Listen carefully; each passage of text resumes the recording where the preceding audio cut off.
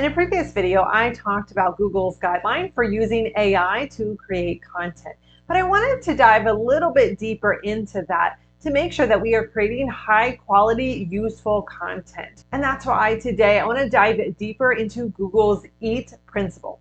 Now, prior to December of 2022, the acronym was simply EAT.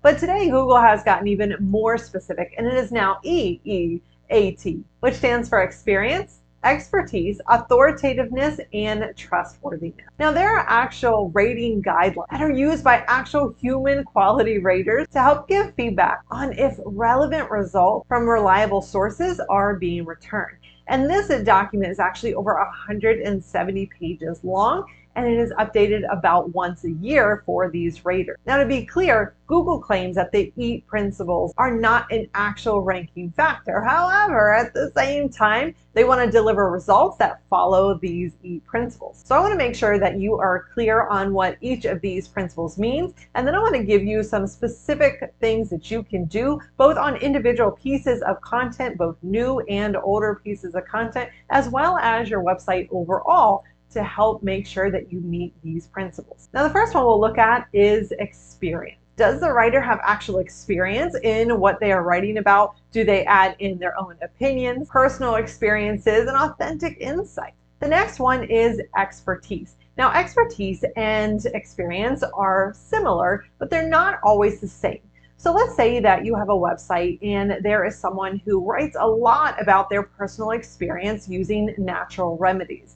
However, there may be some viewers who want to make sure that they are taking these recommendations specifically from an expert. So they are looking to see, is the author or the authors actual doctors or someone who has education in this area. Now, next we have authoritativeness. And authoritativeness looks at your overall reputation of your website, not just an individual piece of content. Ideally, they're looking to see, do you actually have backlinks coming into your website from other relevant authoritative sites in your industry? Is your site and your author or authors overall considered a good source of information? Now, you may have a newer site and that's okay. You may not be there just yet, but this is something to keep in mind. So as you create content, how you craft your post, how you include your authors on your website, as we'll talk about here in a moment, how you're building your backlinks, which ones you're going after, this is all going to help you make those decisions.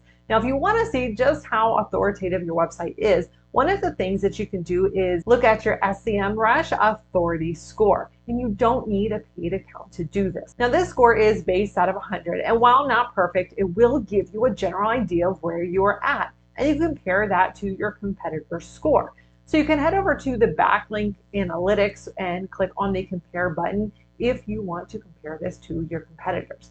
Now, this number is based off of the number of backlinks that you have, the amount of organic search traffic that you get, and also the quality of your backlinks. How many of them are actually seen as spammy and how many of them are seen as natural backlinks. Now, the last one is trustworthiness. And this is an incredibly important part of the EAT principle. So here they're looking at who actually wrote the content. Are the facts correct? Are trustworthy sources cited? And does the site have contact information? So now that you understand the basic concept here of the EAT principles, let's look at some specific things that you should be doing, not only on your website as a whole, but even on your older content and your newer content.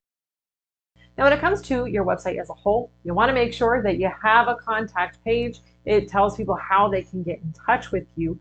You also want to make sure that you have an about page, not just a generic about page. Put some time and effort into this page. List out any of the team members that you have. List out multiple authors if you have them. And don't just put, hey, I like dogs, unless you have a dog website. Make sure to get more specific. You can add in some personal information like that, but also add in any work experience, any knowledge, education background that is relevant to the topic that you're discussing. This is going to help you establish the authority you need. Now, when it comes to backlinks, always think of quality over quantity. Spend more of your time trying to get relevant authoritative sites to link back to you than just trying to get as many backlinks as you can. Now, it's also a really good idea about once a year or so to do a content audit. Take a look at your older pieces of content. How well are they performing? Are they performing better this year for you than the prior year? Are they no longer working as well as they used to? And do they need an update? And does that piece of content actually follow these EAT principles? And if not, how can we update it so that it does? And when you do post on a website, you want to make sure that you have the bio that goes at the bottom of the post. And this looks more authoritative because it is sharing who specifically is writing this. It is not just generic, and also shows why they were the right person to be writing this content. Now, another thing that you can do with writers to help build authority for your website is have the different writers go out and contribute to different authoritative websites in the industry. That builds the credibility, authoritativeness of the individual writers, which overall is going to help boost your website's authoritativeness as well. But make sure that you're creating original, helpful, valuable content, that you're not just creating for SEO purposes, that you're really thinking about the user, making sure that they're going to get the most out of this, that it is comprehensive enough to answer everything that they need without adding in any extra fluff, and wherever possible, linking to authoritative sources. So hopefully this has helped give you a much better idea of what the EAT principle is and how to start incorporating this into not only your new content that you're creating, but your existing content as well. If you have any questions about these principles, about creating content for your website, don't hesitate to drop those down in the comments below. But otherwise, thank you so much for spending your time here with me, and I'll catch you next time.